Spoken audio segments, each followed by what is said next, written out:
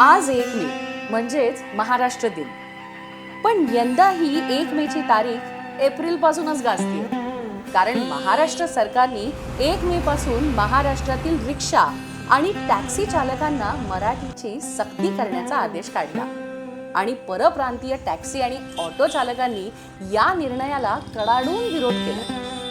इतनी सख्ती हमें देना दाता, मन का विश्वास कमजोर होगा, असं म्हणत त्यांनी बंडाचं निशाण फडकवलं.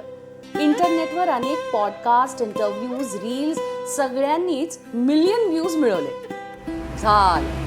मग आता पुढे काय? कसं आहे ना, भाडं नाकारण्यासारखं महाराष्ट्रात मराठी भाषेला नाकारणं इतकं सोपं नाहीये हो.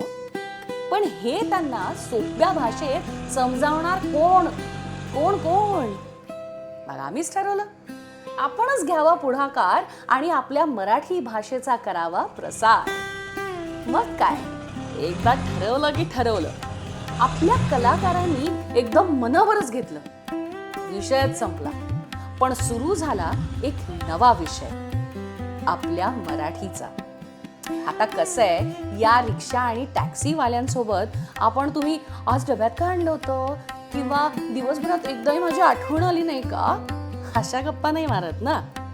जेवढ्याच तेवढं बोलतो. मग तेच जेवढ्याच तेवढं मराठी त्यांना शिकवावं असं आम्ही ठरवलं. तितकेच शब्द घेऊन डायरेक्ट पुस्तकच छापलं. नादच खुळा. हे आपलं पुस्तक शिका मराठी, बोला मराठी. मग काय, निघाले आपले कलाकार पुस्तकं वाटायला, रिक्षा टॅक्सीवाल्यांना मराठी शिकवायला. हा, चला चला भैया चलोगे. आम्ही जेव्हा म्हणतो तेव्हा आम्ही म्हणणार भाऊ येता का.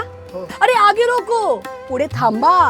आगेला पुढे, पीछेला मागे. कहाँ जाना है. कुठे जायचे. जल्दी चलो.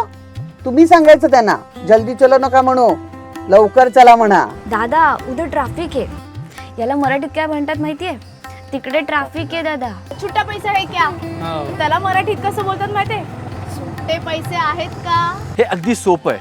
तर हे पुस्तक घ्या आणि तुमची मराठी सोपी करा. तुम्हाला सांगते, हे सगळे अभिनय क्षेत्रात नसते ना तर नक्कीच आदर्श शिक्षक झाले असते. वा वा, काय शिकवतायत. महाराष्ट्र दिनाचं औचित्य साधून थोड्या का होईना पण काही रिक्षांमध्ये आम्ही आमचं मराठीचं मीटर पाडलंच. भले तुम्ही देशाच्या कानाकोपऱ्यातून पोटा पाण्यासाठी महाराष्ट्रात आले आहात, तेव्हा तुम्ही एका अर्थाने इथलेच म्हणजे मराठीत झालात.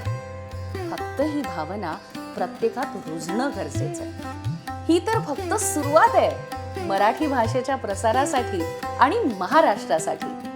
यापुढेही झी मराठी नेहमीच झटत राहील. तुम्हा सर्वांना महाराष्ट्र दिनाच्या खूप खूप शुभेच्छा. शिका मराठी, बोला मराठी. मी मराठी, झी मराठी.